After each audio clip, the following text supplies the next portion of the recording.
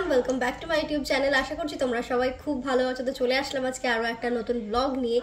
আজকে হচ্ছে শম্পার reception day, তো আমি ওর রিসেপশনে যাবো, সেই কারণে মেকআপ ব্রাশ হাতে নিয়ে বসে আছি। মানে এখন আমি মেকআপ শেকআপ করবো, রেডি হবো আর কি। তোমরা তো এতদিনে বিয়ের ব্লগটা দেখে নিয়েছো, আর সবাই এত ভালোবাসা দিয়েছো বিয়ের ব্লগটায়। আর বিশেষ করে আমাকে যে কমপ্লিমেন্টগুলো দিচ্ছ, আমাকে সুন্দর লাগছে, একটু তুমি কালারফুল মানে জিনিস ট্রাই করো, ভালো লাগবে। তো ওটা আমার বেশ ভালো লাগছে। হ্যাঁ, এর আগে আমি কখনো সেভাবে কালারফুল জিনিস ট্রাই করিনি, বাট করে ভালোই লাগছে। আর যখন তোমাদের কমপ্লিমেন্ট পাচ্ছি তখন আরও বেশ ভালো লাগছে। তবে হ্যাঁ, আজকে যে শাড়িটা আমি সিলেক্ট করেছি সেটা নিয়ে হয়তো তোমাদের একটু আবার বলবে যে আবার সে একই জিনিসে চলে আসলে, কারণ আজকেও আমি একটা ব্ল্যাক কালারের শাড়ি পরবো, তো পরে দেখাচ্ছি। তো চলো দেখতে থাকো আজকের ভিডিওটা। আশা করছি আজকের ভিডিওটা তোমাদের খুব ভালো লাগবে। আজকে আমি কিভাবে কি মেকআপ করবো আমি সত্যি কিছু বুঝতে পারছি না, কারণ চোখ দিয়ে নাক দিয়ে আমার কনস্ট্যান্ট জল পড়েই যাচ্ছে। এবার মেকআপ করার পর চোখে নাকে মুখে হাত দেওয়া তো যাবে না, আর মেকআপ করার পর যদি আমি এরকম করে চোখ ঘেটে দিই, নাক এইভাবে মুছে দিই, তাহলেই তো আমাকে একদম পেতনি লাগবে আর কি, পেতনি ভূতনি লাগবে। কিন্তু কিছু করার নেই বলে ভুল হবে। এবার দেখো, এরকম অকেশন ছাড়া তো সাজগোজে সেই রকম সুযোগ পায় না বলো, তো এটা কোনো রকমভাবে হাতছাড়া করতে চায় না। তবে আজকে সেদিনকার মতো না, আজকে একদমই লাইট মেকআপ করব। আমি জাস্ট ফাউন্ডেশন লাগিয়ে পাউডার দিয়ে সেট করেছি, আর পাউডার দিয়ে সেট করার আগে আমার চোখটা দেখো, এই কোণা দিয়ে জল পড়ে এটা কেটে গেল। মানে কি বলবো, চোখ দিয়ে কনস্ট্যান্ট আমার জল পড়ে যাচ্ছে। বাট না, আমাকে মেকআপ করতেই হবে। হ্যাঁ, বান্ধবীর বিয়ে বলে কথা, কোনো রকম ভাবে সেট করি আমি এটাকে।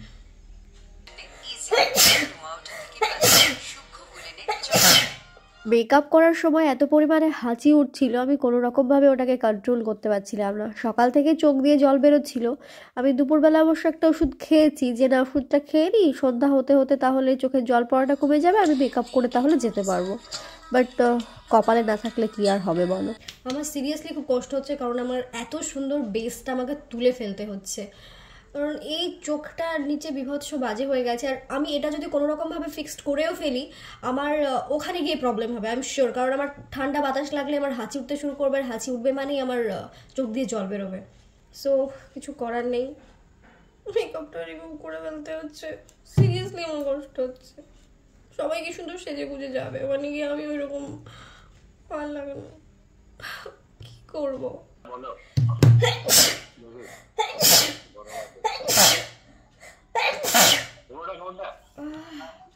অসম্ভব অসম্ভব, জাস্ট দেখো। হ্যাঁ,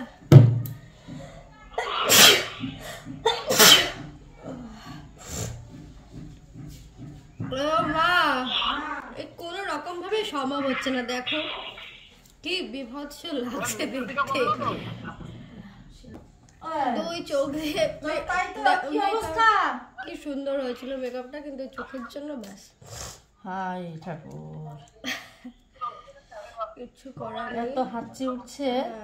যা, সচরাচর তো আমি সেই রকমভাবে সাজগোজ করি না, তোমরা তো জানোই। তো আজকে যে সময় পেলাম, মানে সুযোগ পেলাম, কিন্তু শরীরটা আর সাথ দিল না আজকে। আর মেকআপটা রিমুভ করতে সত্যি খুব কষ্ট হচ্ছিল, কারণ অনেক লাক্সারি ব্র্যান্ড দিয়ে, মানে যতগুলো আমি প্রোডাক্ট ইউজ করেছি সব লাক্সারি ব্র্যান্ডের প্রোডাক্ট আমি ইউজ করেছি। তো সত্যি কথা বলতে সেই কারণে আরও বেশি কষ্ট হচ্ছিল, যে মেকআপ করলাম তো করেও মানে সেটা আমি সেভাবে কাজে লাগাতে পারলাম না, আমাকে পুরোটা তুলে ফেলতে হচ্ছে।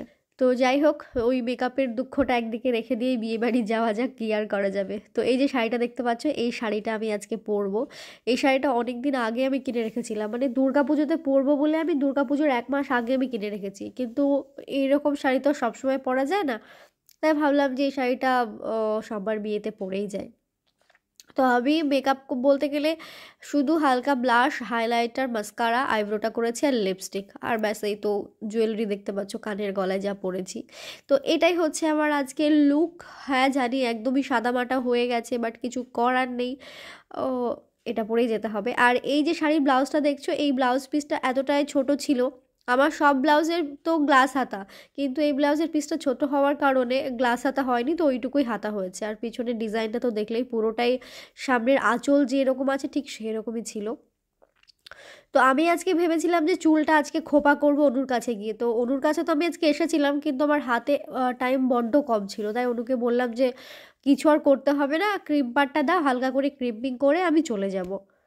তো আমি বহরমপুরে সম্পাদের বাড়ি চলে এসেছি, আর এই যে আমার হাতে দেখতে পাচ্ছ তত্ত্ব, আর নিচেও সব তত্ত্বগুলো সাজানো আছে। মানে আজকে আমরা কন্যাযাত্রী যাবো আর আমরা এই তত্ত্বগুলো নিয়ে যাব। আমার না বিশেষ করে বিয়ে বাড়ি যাওয়ার থেকে বরযাত্রী বা কন্যাযাত্রী হয়ে যাওয়ার মানে যে যাওয়ার ব্যাপারটা আমার খুব ভালো লাগে। সবাই এত সুন্দর করে সেজেছে, সেখানে আমি একদমই সাজিনি। তো কাকিমা ভাবছে আমি হয়তো সাজবো, আমি এখনো সাজিনি। সবাই এত সুন্দর করে সাজগোজ করেছে, সবাইকে দেখে মনে হচ্ছে বিয়ে বাড়ি এসে, বাট আমাকে দেখে মনে হচ্ছে আমি নর্মাল কোথাও একটা গেছি। ভালো লাগছে তোমাকে। আর তো দেখলে ও রিয়েল বিউটি মোটেও নাই। তো আজকে ওর লেহেঙ্গা পরেছে, লেহেঙ্গাটা ভীষণ সুন্দর লাগছে দেখতে। তো চলো আমরা এখন যাব। সোমবার বিয়েটা যেহেতু বাড়িতে হচ্ছে না, লজে হচ্ছে, তো আমরা গাড়ি করেই চলে এসেছি। আর বাড়ি থেকে লজের দূরত্ব গাড়িতে ওই 5 মিনিট মতো, খুব একটা বেশি দূরে নয়।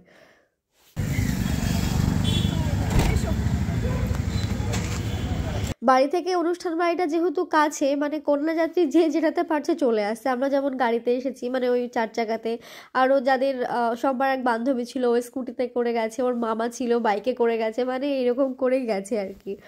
তো এখানে আমরা এসে স্টার্টার খেতে শুরু করে দিয়েছি। এখানে ভেজ পকোড়া ছিল, চিকেন পকোড়া ছিল, ফুচকা, কফি সবই ছিল। আর এই ফুচকাটা এত সুন্দর ছিল খেতে, সিরিয়াসলি।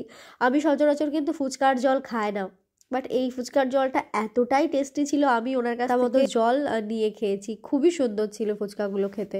খাওয়া দাওয়া শেষ করে আমি চলে গেছিলাম সব্বার সাথে দেখা করার জন্য ওপরে।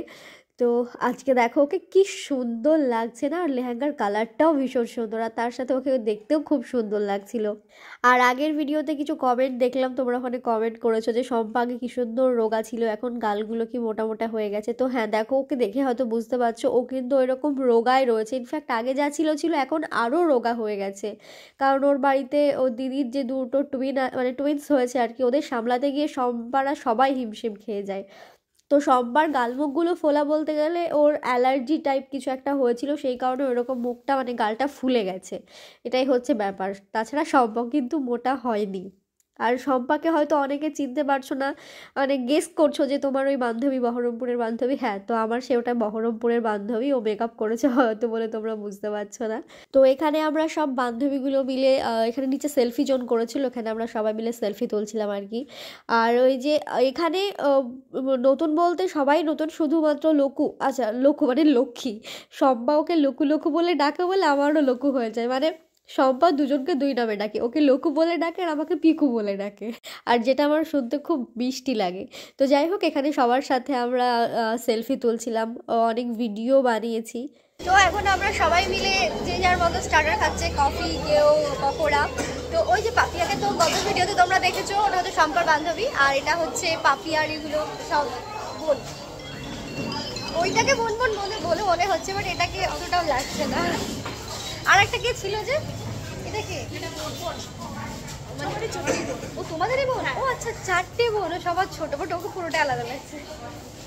আজকে শম্পার রিসেপশনে খুব একটা বেশি সময় কাটাইনি, মানে ঘন্টাখানেক মতো ছিলাম, যেহেতু আজকে আমার বাড়ি ফিরে আসার প্ল্যান ছিল, তাই তাড়াতাড়ি চলে এসেছিলাম। তো এখন আমরা বসেছি খেতে, আর আমার পাশে যে বসেছে সেটা হচ্ছে শম্পার স্টুডেন্ট, ও ভীষণ মিষ্টি। আরও আমাকে বললো যে আমি প্রিয়াঙ্কা দি তোমার সাথেই খাবো, তোমার পাশে বসেই খাবো। আমি বললাম ঠিক আছে চলো। তো খাওয়া দাওয়া শেষ করে আমি চলে গেছিলাম সব্বার কাছে, ওকে টাটা করতে। আমি বাড়ি চলে যাচ্ছি সেই জন্য। টাটা। থেকে যাও আজকে? না না, পরে আসবো, আবার পরে আসবো। সকালে চলে যেতে? না, পরে আসবো। টাটা। টাটা।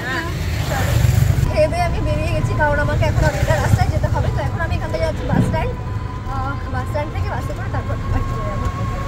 সোমবার ওখান থেকে রাত্রিবেলায় বাড়ি ফিরতে অনেকটাই লেট হয়ে গেছিলো, প্রায় রাত্রি 11:30 কি 11:15 বেজে গেছিলো। তো আমি রাত্রে বাড়ি যাইনি, রাত্রে আমি মন্দির বাড়িতে স্টে করেছিলাম। আর এমনিতেও মন্দির বাড়িতে আসতেই হতো, কারণ সেদিন মন্দিরকে সাজানো ছিল, মন্দির একটা বিয়ে বাড়ি অ্যাটেন্ড করবে সেই কারণে। তাই ভাবলাম যে ঠিক আছে, অত রাত্রে আবার বাড়ি না গিয়ে, মানে বাড়ি গিয়ে আমাকে আবার সকালবেলায় আসতেই হতো, তাই ভাবলাম যে বাড়ি না গিয়ে মন্দির বাড়ি থেকে যায়, তারপরে সকালবেলায় মন্দিরকে সাজিয়ে এবার বেরিয়ে যাব। তো আমি আর রায়শা এখন একটু বসে বসে গল্প করছিলাম। আর রায়শার তো এখন এক্সাম নেই, ফ্রি হয়ে গেছে, মানে ওর ফাইনাল এক্সাম ছিল, 5-এর ফাইনাল এক্সাম দিয়ে এবার 6-এ উঠবে। তাই মাঝে মধ্যে ভাবি যে রাইসা কত বড় হয়ে গেল। রাইসাকে যখন আমি দেখি ফার্স্ট, তখন ওর 2 বছর কি 3 বছর বয়স। তো সেই রায়সা এখন কত বড় হয়ে গেছে। তো ঘুম থেকে উঠে ফ্রেশ হয়ে এখন আমি আমার জন্য ব্রেকফাস্ট বানিয়ে নিচ্ছি। মন্দি অবশ্য সব কিছু হাতের কাছে রেডি করেই রেখেছিল, আমি জাস্ট বাটারগুলো মানে পাউরুটিগুলোতে বাটার লাগাচ্ছিলাম আর চাটা করে নিলাম। তো আজকে সকালবেলায় ব্রেকফাস্টে ছিল বাটার টোস্ট, বিস্কুট, চা আর কিছু ড্রাই ফ্রুট যেমন কাজু, কিশমিশ, আমন্ড, এই সবই ছিল। তো এইসব দিয়ে আজকে সকালের ব্রেকফাস্টটা দারুণই হয়েছে। তো যাই হোক, চলো আজকের ভিডিওটা এই পর্যন্ত শেষ করছি। তোমরা সবাই ভালো থেকো, সাবধানে থেকো, টাটা। তো দেখা হচ্ছে তোমাদের সাথে নেক্সট কোনো একটা ব্লগে।